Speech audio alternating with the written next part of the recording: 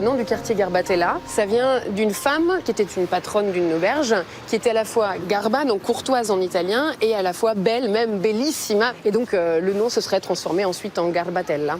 Alors on voit la représentation de cette femme, de cette Garbatella donc, qui a le sein nu. Alors c'est assez curieux, mais comme elle sourit, on pense qu'elle est représentée comme quelqu'un qui protège le quartier et comme une mère qui donne le sein à son enfant, donc elle protège évidemment les habitants.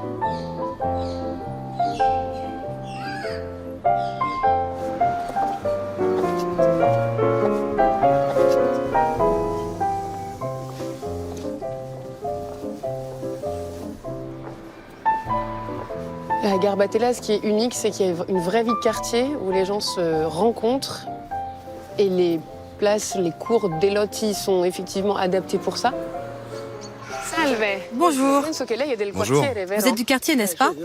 Oui? Et vous y êtes né? Non, mais ça fait 50 ans que je suis là et j'y passe toujours tout mon temps. Tu veux des citrons? Si. Oui.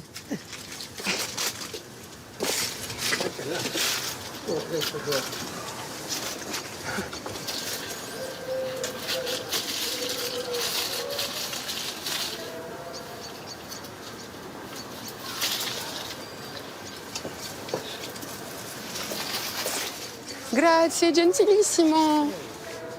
Il y a une légèreté, une certaine liberté et on peut échanger très facilement. On arrive comme ça, on discute, il y a un réel échange, une réelle vie quoi, qui est naturelle en fait. Hein. C'est absolument unique à Rome. Comme tous les lieux de vie qui font battre le cœur de ce quartier populaire. Dans les bars ou les trattoriers perdure un état d'esprit inimitable. Bonjour. Bonjour, comment ça va? Bien, bien, et toi? Allez, on s'embrasse. Où est Fabrizio? Il n'est pas là, il va arriver, il est au jardin. Il est en train de cueillir tous les légumes frais. Ah, superbe. Et c'est pour ça que c'est si bon ici.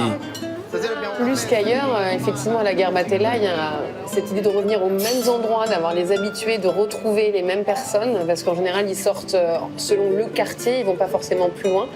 Donc très facilement, dès les premières fois, on connaît déjà les propriétaires, on est accueillis toujours avec le sourire. Donc effectivement, oui, c'est agréable d'y aller, pas que pour manger, mais effectivement aussi pour rencontrer les gens et puis avoir un accueil très sympathique.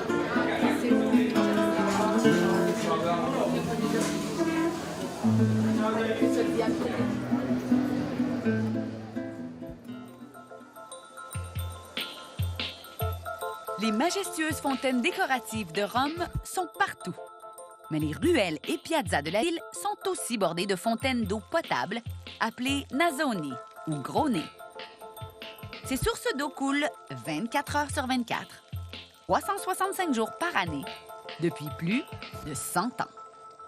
En voilà un, fameux nasone. Le nasone et le gros nez. Alors vas-y, je te laisse boire à la romaine. À Tu la vois que t'as un romaine. petit trou? Alors, oui. Je me suis pas beaucoup pratiquée, voilà. On s'en met partout, mais bon, au moins on se rafraîchit. Non, mais elle est bonne. Puis tu vois bien que c'est une romaine parce que tu vois les initiales SPQR, l'écusson de la ville, donc qui est le logo de la mairie aujourd'hui. Mais c'était la devise de la République, ça voulait dire le Sénat et le peuple romain. Donc c'est vraiment leur eau. Oui. Il y en a combien de ces points d'eau à Rome? Alors, dans tout Rome, t'en as 2500 et rien que dans le centre historique, qui est quand même assez petit, 280. C'est incroyable. Comme ça.